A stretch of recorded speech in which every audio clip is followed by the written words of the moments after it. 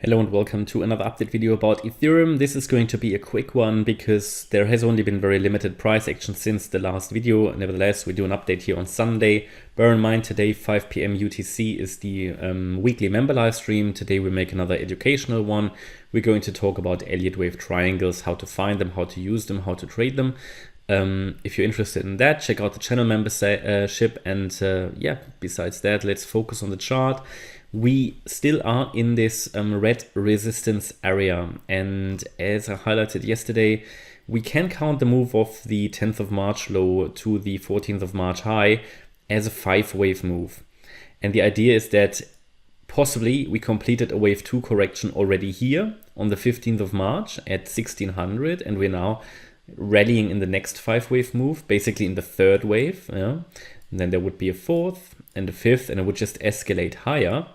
So that's one possibility.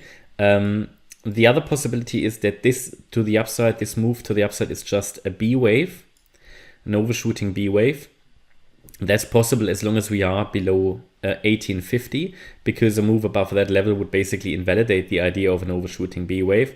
But if this is the scenario, we'll just come down again, test once more the yellow support area, and most likely find support and turn around and rally eventually anyway.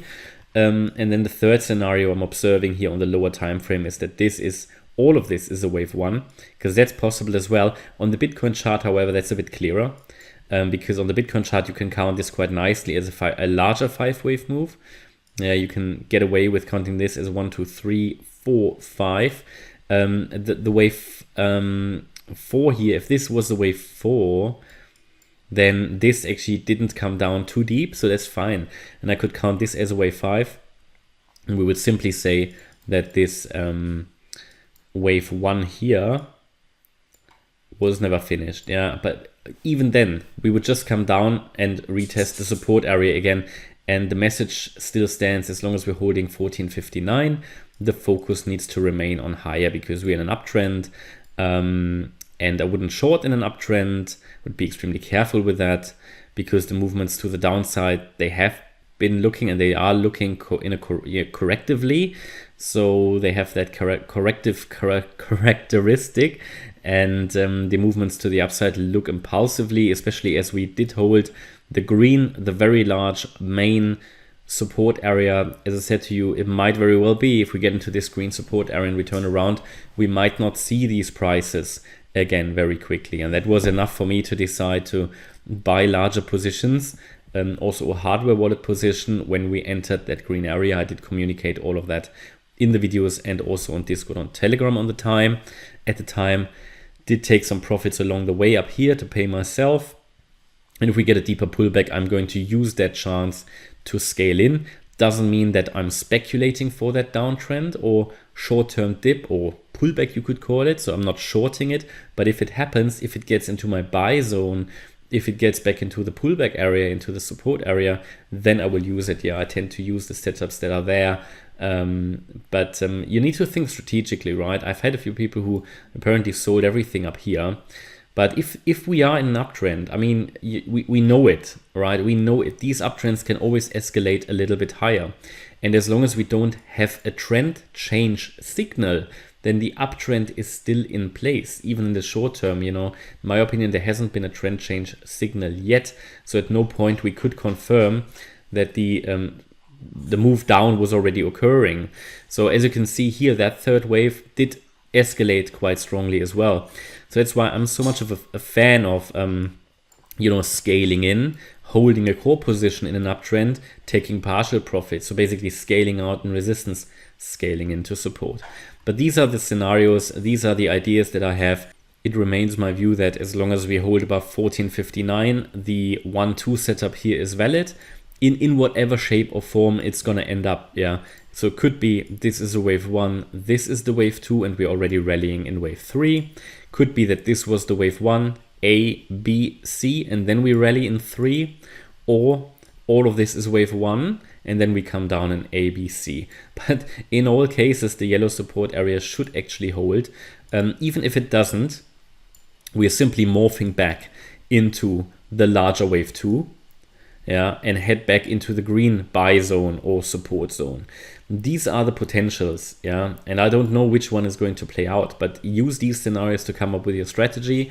I highlighted my strategy very often, bought here, core and floating positions, sold some of my floating positions up here. I'm gonna scale in if we come back into these support areas again, yeah, but not taking all profits, because it could always escalate higher. We are in an uptrend. We've got a lot of support areas along the way to the downside that prevent or protect Ethereum from making new lows, new bear market lows. But of course, if it drops below 1218, there's a good chance it will make a new bear market low. But we're not seeing that at the moment. I did highlight in yesterday's video as well, all of this move since the June low could also be an extended triangle. But that doesn't help us at the moment for trading, because our job is to identify the trend, change in the trend direction. The trend is currently up, and that's why I will not short.